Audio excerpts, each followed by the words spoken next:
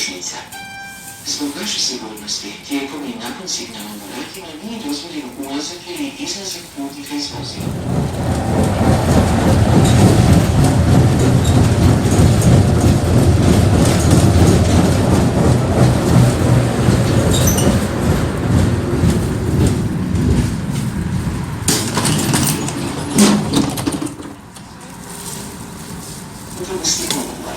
Poštovani putnici, ne zaboravite se registrirati Z elektroničkom karticom.